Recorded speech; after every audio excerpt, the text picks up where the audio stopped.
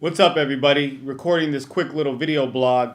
Wanted to talk with you guys. I'm actually recording this video blog Sunday evening from my home office and want to talk with you guys a little bit about forecasting. This actually came up. I recently came back from a business trip out of state and was presenting to a group of executives within the workforce and economic development industry. And during my presentation, one of the concepts that I presented about was the ability to forecast and predict outcomes within workforce development. Is it possible to actually predict how many people you're going to put back to work, maybe 90 days, 6 months, 180 days? Is it really possible to do that? Well, during my presentation, I introduced this concept, and one of the executives asked, this gentleman managed a large metro area. He oversaw thousands and thousands of grant dollars, millions of grant dollars actually, and he also was responsible for putting thousands of people back to work in this area. And his question was to me, how do you forecast and predict outcomes? And so what I'm going to talk with you about is there's really 3 simple steps that you need to use in order to predict outcomes and get people back to work faster. Okay, first of all, let's define what is a forecast. What is forecasting within workforce or economic development? Well, a forecast is basically looking at your information and predicting, or saying, setting a goal and predicting and saying within 6 months we are going to make so many placements, or we're going to have X number of participants enter employment at a specific wage.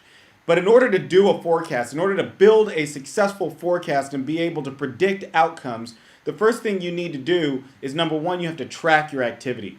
This is so essential. When we go out and work with different economic and workforce development agencies and we talk to them about technology and innovation, one of the most important things, number one things you can be doing is tracking your activity. So let's say, for example, you're a community college and you have a workforce development program.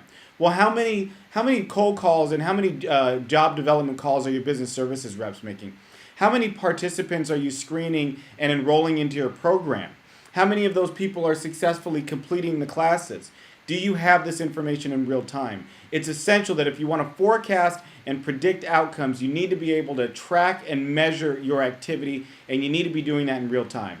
Number 2 is you need to understand what are your inputs and what are your outputs. You can't successfully manage or forecast your programs unless you know what your inputs are and your outputs. So let's give an example. What are inputs? Well, an input might be the number of participants you enroll in your training program. That's an input. That's people coming into the process. What's an output? Well, an output is how many of those people that you've enrolled into the program successfully complete the program and enter employment. That's your output. And typically what we see with most agencies is there's a ratio. Maybe if 100 people get enrolled, maybe 15 to 20%. That's a low number, by the way. We really need to shoot for higher numbers than that. But just for giving an example, 15 to 20% enter employment. So what does that tell you? Well, you know that if you put 100 people into the program, you're going to get 15 to 20%. Now, most of the programs that we've worked with our clients and our partners have been upwards of 70 and 80%, and I know many of you have much higher outcome goals. But just for example, if you bring people into and enroll people into a training program, what percentage of those are likely to get enrolled or are likely to enter employment at the end of that program? That is your inputs and your outputs, and it's important to know what they are. It's also important to know what are the variables that can adjust that or can affect the success of that program. For example, business services. Are you bringing in enough new job orders? Are you engaging with employers in the private sector to get them to hire the people that you're bringing in? Are you enrolling the right people? Are you enrolling people who are really motivated to get a job, or are you enrolling people who are just trying to extend benefits? These are important things to consider. And then the third piece is managed by a funnel. So now that you've tracked your activity, number 1, and number 2, you understand your inputs and outputs, the third key critical piece of the phase is managing the funnel. Look, for example, imagine a funnel, right? You've got kind of an upside down pyramid.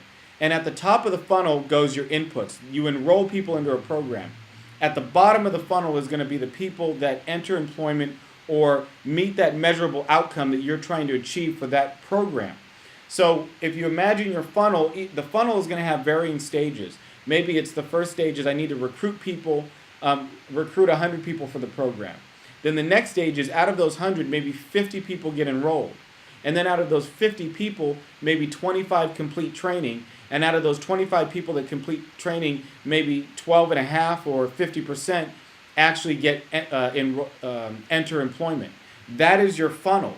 And you could be tracking this information in real time and looking at that, and then start to assign probability, saying, well, it looks like we're going to have 12.5% of the people that we talk to are going to actually go and meet our outcome goals and enter employment. So that tells you that if only 12.5 people are going to finish the program and enter employment, how many people do you need to meet your program goals? Maybe you need twice or 3 times as many people. So now you can start to forecast and predict, because you have these ratios that you've assigned to the bottom of the funnel. So just to recap here, forecasting, I believe, is going to be the next biggest trend in workforce and economic development. How do you predict the successful outcomes of these programs 90 days, 6 months, a year out into the future? Well, again, it's 3 key steps. Number 1, track your activity. Number 2, understand your inputs and your outputs. And number 3, manage it by the funnel. And if you do those 3 things, I believe your outcome numbers are going to continue to grow, and you're going to continue to have success and making a difference in the community. Because at the end of the day, that's what we're doing this for, so that we can help increase employment in the community and get people back to work. So thank you very much for this watching this quick little video blog. I hope you got some value out of it. Feel free to check out our website, launchpadco.com. Again, launchpadco.com. My name is Abraham Jenkins. Thank you very much.